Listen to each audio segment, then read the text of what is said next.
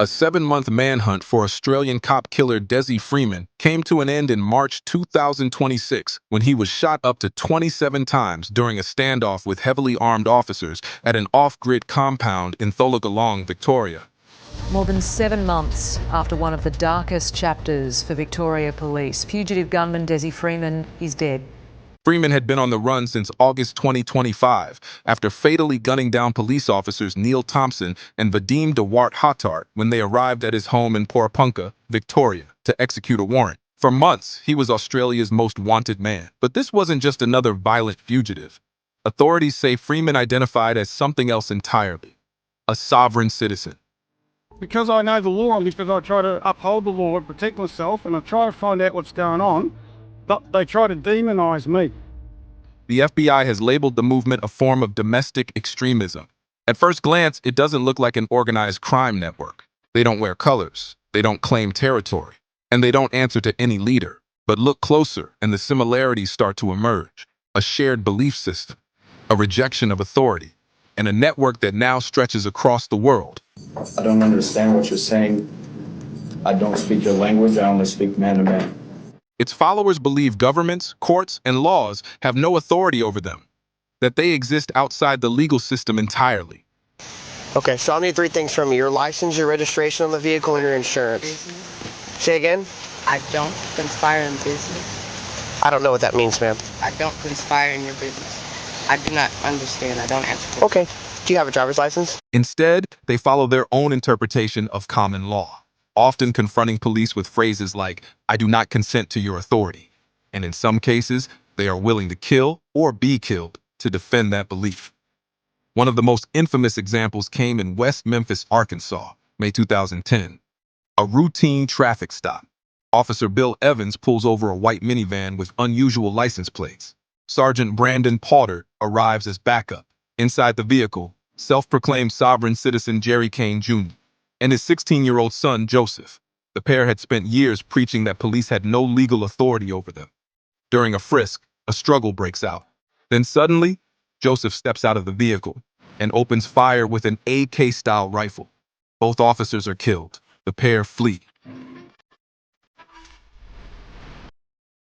But 2 hours later, their van is spotted in a Walmart car park. What follows is another gun battle. This time, it ends with Jerry and Joseph Kane dead. What began as a fringe belief in 1970s America has since spread worldwide. The ideology traces back to Posse Comitatus, Latin for force of the county. It was a far-right anti-tax movement in the late 1960s. Followers were often deeply anti-Semitic, claimed that secret global powers controlled governments and banks. Over time, these beliefs helped inspire armed militia groups in the 1990s and laid the foundation for what would later become the sovereign citizen movement. Decades later, the consequences are still playing out. March 2025, South Carolina. Attorneys for death row inmate Stephen Bixby make a last-ditch appeal to stop his execution. Their argument? He isn't mentally competent, in part because he believes he's a sovereign citizen. In 2003, Bixby and his parents had engaged in a 12-hour gun battle with police during a dispute over land rights. 2 officers, Donnie Oasts and Danny Wilson, were killed. His lawyers say that belief system is so deeply ingrained that Bixby cannot fully understand the reality he faces, including the fact that he could be executed. For them, it's a question of competency. But for investigators, it's something else entirely. Another example of how sovereign citizen ideology can distort reality and turn belief into deadly violence. They try to put you with ISIS or some other terrorist group or anything. No, I'm affiliated with the spirit of justice. Nothing else, nothing more, nothing less. All right? Gavin Long had served 5 years in the U.S. Marines, including a tour in Iraq, and was awarded a Good Conduct Medal before being honorably discharged in 2010.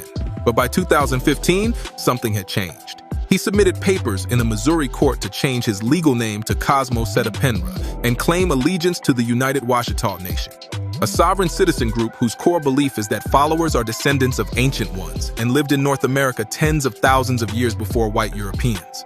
On his YouTube channel, he described himself as a freedom strategist. Investigators say a man identified as Gavin Long of Kansas City went on a shooting rampage on his 29th birthday. In July 2016, on his 29th birthday, he drove to Baton Rouge and launched an ambush attack, killing 4 police officers and injuring 2 others before he was taken out by a SWAT officer. I don't feel like we're safe. For long, the belief system led to a planned attack on police. But sovereign citizen ideology doesn't always play out like that. It doesn't need structure. It doesn't need orders. All it takes is someone who truly believes the law doesn't apply to them. In November 2021, Waukesha, Wisconsin, Darrell Brooks drives an SUV through a crowded Christmas parade. The attack is captured live on TV. When it's over, 6 people are dead, including 8-year-old Jackson Sparks, and more than 60 others are injured. Brooks had a long criminal history, including charges for domestic violence and sex offenses. At trial, he chose to represent himself, but instead of mounting a conventional defense, he relied on arguments tied to the sovereign citizen movement. You want to make a record and not be accurate, so let's be accurate on the record since you think you know so much. So we can open the door on how old she told me she was. Interrupting. We can ask that question too then. Over the top animated right now. Mr. Brooks, I'm ordering you to sit down and to let the state finish. No, I'm not going to sit here and let somebody be inaccurate on the record. Despite this, the outcome was clear. In October 2022, he was found guilty on all charges and sentenced to 6 consecutive life terms without parole, plus hundreds of additional years. When someone truly believes the law doesn't apply to them, every interaction becomes a confrontation, every command becomes a threat, and every situation has the potential to spiral. So while sovereign citizens may not look like a gang, they share something just as powerful, a belief system that binds them, a network that spreads them, and a mindset that can turn ordinary people into something far more dangerous.